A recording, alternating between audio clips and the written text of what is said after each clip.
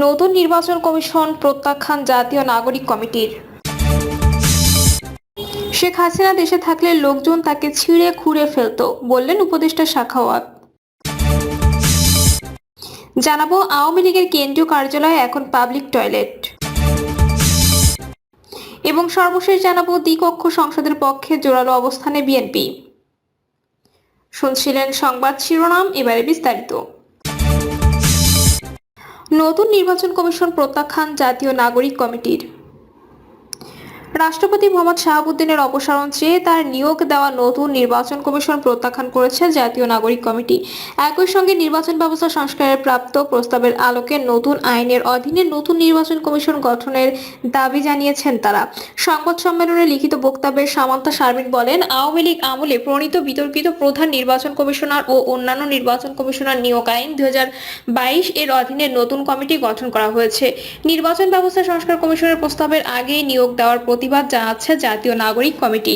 এই আইন বাতিল করাটাই যুক্তিযুক্ত হতো। তিনি বলেন, নতুন সার্চ কমিটি গঠিত হয়ে যাওয়ায় নির্বাচন ব্যবস্থা সংস্কার কমিশনের আইনটি বদলের পক্ষে যে ইচ্ছা সেটা প্রশ্নবিদ্ধ হচ্ছে। আমরা জাতীয় নাগরিক কমিটির পক্ষ থেকে সরকারের এমন সিদ্ধান্ত বিস্মিত হয়েছি এবং তাদের এমন পদক্ষেপের তীব্র নিন্দা ও কঠোর প্রতিবাদ জানাচ্ছি। আমরা মনে করি এই সরকার গণ অভ্যুত্থান পরবর্তী জনগণের অভিপ্রায়কে পুরোপুরি ধারণ করতে পারছে না।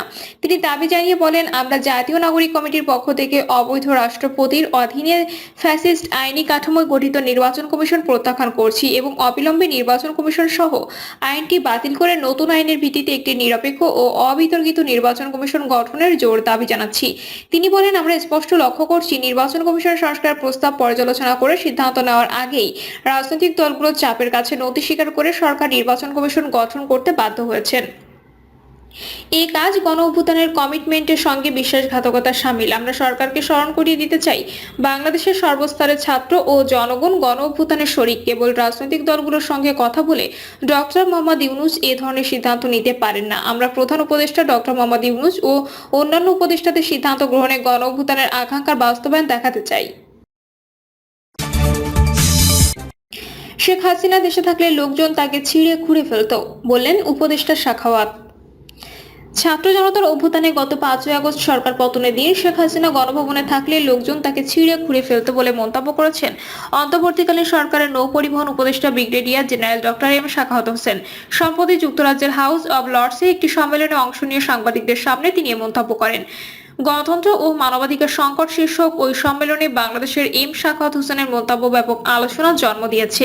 তিনি বলেছেন, শেখ হাসিনা দেশ ত্যাগ না করলে সহিংসতা আরো ভয়াবহ হতো, যা দেশের জন্য ভালো হতো না। এম সাখাওয়াত হোসেন বলেন, তিনি যদি থাকতেন তাহলে লোকজন তাকে ছিন্ন ভিন্ন করে ফেলতো। এটাই ফ্যাক্ট। আমি বললাম, আপনাদের যেভাবে লোকজন ব্যারিকেড ভেঙে আসছিল, পুলিশ সারেন্ডার করলো, যেভাবে লোকজন গণভবনের দিকে আসছিলেন, গণভবনে উনি যদি থাকতেন, আর্মি চিফ কিন্তু বারবার বলেছিলেন আপনাকে 45 মিনিটের মধ্যে সিদ্ধান্ত নিতে হবে, এর মধ্যে গণভবনের দেয়াল ভেঙে যাবে।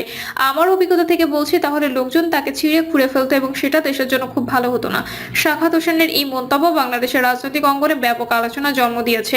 ক্ষমতাচ্যুত শেখ হাসিনা বর্তমানে ভারত অবস্থান করছেন এবং তার প্রত্যর্পণের বিষয়ে আলোচনার প্রস্তুতি চলছে।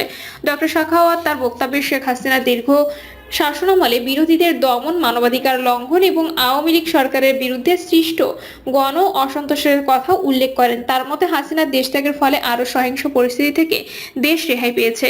ভয়েস ফর বাংলাদেশ নামে একটি সংগঠন এই সম্মেলনের আয়োজন করে, এতে যুক্তরাজ্যের হাউস অব লর্ডসের সদস্য আলেকজান্ডার চার্লস কার্লাইল সভাপতিত্ব করেন। সংগঠনটির প্রতিষ্ঠাতা আতাউল্লাহ ফারুকের সঞ্চালনায় আলোচনায় আরও অংশ নেন ব্রিটিশ মন্ত্রী পল স্কালি এবং আন্তর্জাতিক মানবাধিকার কর্মীরা। আওয়ামী লীগের কেন্দ্রীয় কার্যালয় এখন পাবলিক টয়লেট। আওয়ামী লীগের কেন্দ্রীয় কার্যালয় এখন পাবলিক টয়লেটে পরিণত হয়েছে। একসময় রাজনৈতিক ক্ষমতার কেন্দ্রবিন্দু গত 4 মাস আগেও যেখানে প্রবেশ করতে লবিং করতে হতো, এখন প্রবেশ করা তো দূরের কথা, দুর্গন্ধের সামনে দিয়ে হেঁটে পার হওয়ার যেন দুষ্কর। গুলিস্তানের 10 তলা বিশিষ্ট কেন্দ্রীয় কার্যালয়ের বাইরে থেকে ধ্বংসযজ্ঞের ছাপ চোখে পড়ে। পোড়া দেওয়ালগুলো ছাড়া কোনো কিছু অবশিষ্ট নেই। স্টিলের তৈরি নামফলকগুলো খুলে ফেলেছেন বিক্ষুব্ধ জনতা। পুড়িয়ে দেওয়া হয়েছে পূর্ব পাশের ভবনটিও। পুরো ভবনটির ভেতর থেকে বিভিন্ন ধরনের মালপত্র খুলে নেওয়া হয়েছে। নিচতলায় এখনো আগুনে পোড়া ছাই। ভাঙা কাঁচ, পোড়া কাঠ ও স্যাঁতসেঁতে পরিবেশ। দ্বিতীয় তলার ফ্লোরে পানির সঙ্গে মিশে আছে পোড়া কাগজপত্র, বিভিন্ন আসবাবের অংশ। আগুনে পুড়ে যাওয়া কাগজপত্র সহ ভাঙা কাঁচ এখনো বিক্ষিপ্তভাবে ছড়িয়ে ছিটিয়ে রয়েছে। বিভিন্ন ধরনের মাদকের বোতল দেখা গেছে প্রতিটি তলায়। জানা যায় 5ই আগস্টের পর থেকে আওয়ামী লীগের কেন্দ্রীয় কার্যালয়টি অরক্ষিত। দলের কোনো নেতাকর্মী আর কার্যালয়ে আসেন না, ফলে মাদকসেবী সহ ছিন্নমূলের অনেকেই সেখানে অবাধ প্রবেশ করেন। কার্যালয়টি নিচতলা পরিণত হয়েছে পাবলিক টয়লেটে। ভবনে অবস্থান করা কয়েক ব্যক্তি জানান তারা এই এলাকায় রিক্সা চালান, পরিশ্রান্ত হলে ভবনের উপরের কোনো তলায় এসে বিশ্রাম নেন, মাঝে মধ্যে খেলাধুলা করেন। তাদের একজন সোলাইমান বলেন, ভবনটির যাবতীয় আসবাবপত্র চুরি হয়ে গেছে। এখনো ভবনটির বিভিন্ন অংশের রড কেটে নিয়ে যাচ্ছে কেউ কেউ। কিছু মানুষ ভবনটিতে নিয়মিত মাদক সেবন করে বলেও জানান তিনি। পথচারী শরীফুল ইসলাম বলেন, আওয়ামী লীগ যেমন কর্ম করেছে তেমন ফল ভোগ করেছে। এই ভবন থেকে তারা দেশের মানুষের উপর নির্যাতনের নকশা আঁকত। দ্বিকক্ষ সংসদের পক্ষে জোরালো অবস্থানে বিএনপি। দ্বিকক্ষ বিশিষ্ট সংসদ নিয়ে জোরে সোরে আলোচনা চলছে। এর পক্ষে বিপক্ষে মত প্রকাশ করেছে অনেকেই। রাজনৈতিক দলগুলোর মধ্যে এ নিয়ে চলছে বিতর্ক। তবে বড় রাজনৈতিক দল হিসেবে বিএনপি এর পক্ষ অবস্থান নিয়ে আছে, কারণ অভ্যুত্থানের অনেক আগেই দ্বিকক্ষ সংসদের প্রস্তাব প্রথম উত্থাপন করেন দলটির ভারপ্রাপ্ত চেয়ারম্যান তারেক রহমান। ফ্যাসিবাদ মুক্ত নতুন বাংলাদেশ দ্বিকক্ষ সংসদের পক্ষে দলটির অবস্থান আরও স্পষ্ট। গত 14 জুলাই রাষ্ট্র মেরামতের 31 দফা রূপরেখা প্রকাশ করে বিএনপি। এই রূপরেখার 5ম দফায় উচ্চকক্ষ বিশিষ্ট আইনসভার কথা বলা হয়। বিএনপি চেয়ারপারসন গুলশানের রাজনৈতিক কার্যালয়ের সংবাদ সম্মেলনে ওই রূপরেখার ঘোষণা দেন দলের মহাসচিব মির্জা ফখরুল ইসলাম আলমগীর। কোটা সংস্কার আন্দোলনের সমাপ্তি ঘটে 5ই আগস্ট সরকার পতনের মাধ্যমে। সেই সংস্কার আন্দোলন এখন রাষ্ট্র সংস্কারের রূপ নিয়েছে। রাষ্ট্র সংস্কার এবং একটি অবাধ সুষ্ঠু নির্বাচনের মাধ্যমে জনগণের প্রতিনিধির কাছে রাষ্ট্রীয় ক্ষমতা হস্তান্তরের দায় নিয়ে দায়িত্ব গ্রহণ করেছে বর্তমান অন্তর্বর্তী সরকার। রাষ্ট্র সংস্কারের জন্য ইতিমধ্যে বেশ কয়েকটি কমিশন গঠন করা হয়েছে। কমিশনগুলো তাদের কাজ চালিয়ে যাচ্ছে। এরই মধ্যে হঠাৎ আলোচনা উঠে এসেছে দ্বিকক্ষ বিশিষ্ট আইনসভার বিষয়টি। দ্বিকক্ষ আইনসভা বা সংসদ নিয়ে রাজনৈতিক ও সামাজিক মহলে চলছে নানা আলোচনা, জল্পনা কল্পনা। দ্বিকক্ষ বিশিষ্ট আইনসভা চাওয়া দেশের অন্যতম বৃহত্তর রাজনীতির দল বিএনপি। দলটির নেতারা বলছেন তারা ক্ষমতায় গেলে জনগণের সরকার প্রতিষ্ঠা করবেন এবং দ্বিকক্ষ পার্লামেন্ট গঠন করবেন।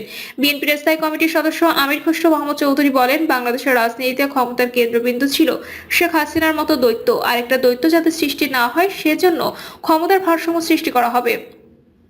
প্রধানমন্ত্রীর হাতে সব ক্ষমতা দেওয়া যাবে না। 2বারের বেশি কেউ প্রধানমন্ত্রী হতে পারবেন না। জনগণের ভোটে বিএনপি ক্ষমতায় গেলে জাতীয় সরকার গঠন করা হবে, দ্বিকক্ষ পার্লামেন্ট গঠন করা হবে। বিএনপি চেয়ারপারসন উপদেষ্টা সৈয়দ মোয়াজ্জেম হোসেন আলাল বলেন, বিএনপির 31 দফার মধ্যে অন্যতম দ্বিকক্ষ সংসদ, আর এই প্রস্তাব সর্বপ্রথম বিএনপির পক্ষ থেকে উপস্থাপন করা হয়। বিএনপি সবসময় বিশ্বাস করে জনগণের সকল ক্ষমতার কেন্দ্রবিন্দু, আর এই কারণে বিএনপি দ্বিকক্ষ পার্লামেন্টের বাস্তবায়ন চায়। এদিকে বিএনপির পক্ষ থেকে বলা হচ্ছে, সংবিধান সংশোধনের জন্য আগে দরকার একটি অবাধ সুষ্ঠু নির্বাচনের মাধ্যমে জনগণের সরকার প্রতিষ্ঠা করা। আর জনগণের সরকার প্রতিষ্ঠা না হলে সংস্কার গ্রহণযোগ্য হবে না। Attorney general advocate M Asaduzzaman বলেন, আমরা এখনো পর্যন্ত বিদ্যমান সাংবিধানিক কাঠামোর মধ্যে রয়েছি। এই কারণে 93 অনুচ্ছেদের দিকে তাকালে এসব প্রস্তাবনা এই সরকারের জায়গা থেকে সংবিধান সংশোধনের উদ্যোগ নিতে পারবে কিনা সেটা ভেবে দেখা দরকার। এই অনুচ্ছেদে বলা আছে, সব অধ্যাদেশ জারি করা যাবে, শুধু সংবিধান সংশোধন ছাড়া।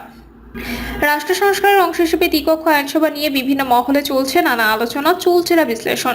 বলা হচ্ছে, দ্বিকক্ষ সংসদ থাকবে, উচ্চ কক্ষের নাম হবে জাতীয় পরিষদ, নিম্ন কক্ষ হবে জাতীয় সংসদ। সংসদ নির্বাচন হবে প্রচলিত পদ্ধতিতে 300 আসনে। জাতীয় পরিষদের 200 আসন হবে সংসদ নির্বাচনে রাজনৈতিক দলগুলোর প্রাপ্ত ভোটের আনুপাতিক হারে। আইনসভার মেয়াদ হবে 4 বছর। রাষ্ট্রপতি, প্রধানমন্ত্রী কেউ 2বারের বেশি নির্বাচিত হতে পারবেন না। প্রিয় দর্শক, এই ছিল এখনকার সর্বশেষ সংবাদ। আপডেট সব সংবাদ পেতে চ্যানেলটি সাবস্ক্রাইব করে বেল আইকনটি ক্লিক করে রাখুন।